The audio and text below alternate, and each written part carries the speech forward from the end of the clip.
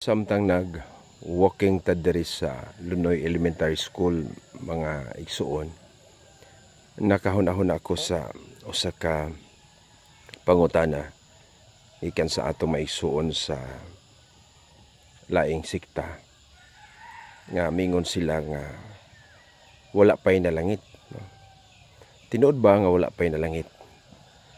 Maigsoon ang Biblia nagpadayag gayod nga dunay na langit. Diha sa Hebreo 12, uno nga to sa 23, naghisgot diha nga dunay mga espiritu nga nahingpit na. So espiritu pa hingpit na. Sayod man ta nga ang langit ramo ay kahingpitan. That is our Catholic theology. Abot lang ka sa ubang pagtuo basig dunay hingpit nila bisag wa pa sa langit.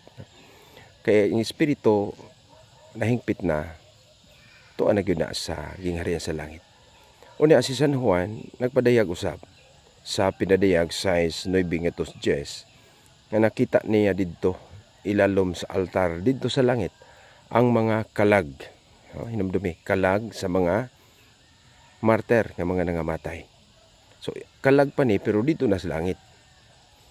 So klaro kaayo nga doon na gyud ay na langit nga mga kalag.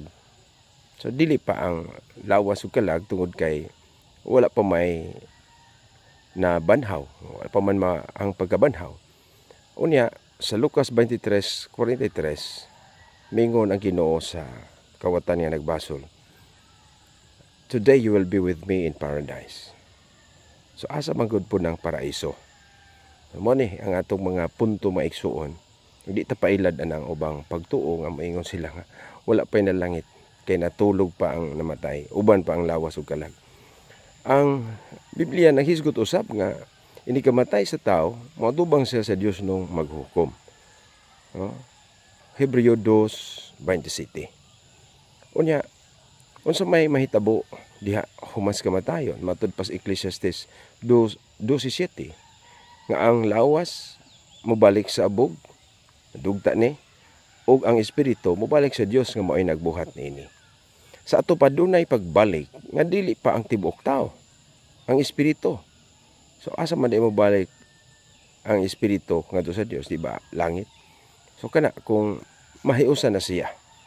Og si San Pablo sa Filipos 1:23 nagpadayag sa usa ka kamatuoran nga gusto na siyang mohalin og makig-uban sa Ginoo.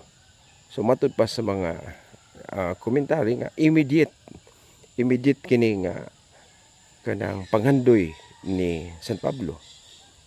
Wa siya kini nagpasabot nga dili pagkabanhaw ang iyang gipasabot. Nga ang iyang kalag humas kamatayon mahimong makihiusa sa Ginoo.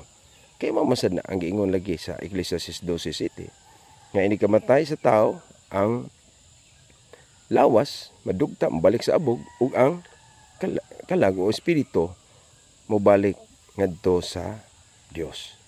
So hinaut-unta nga matin-aw kini og atong isalikway ka ng pagtuo nga moingon wala pay na langit. Hinaut nga masabtan.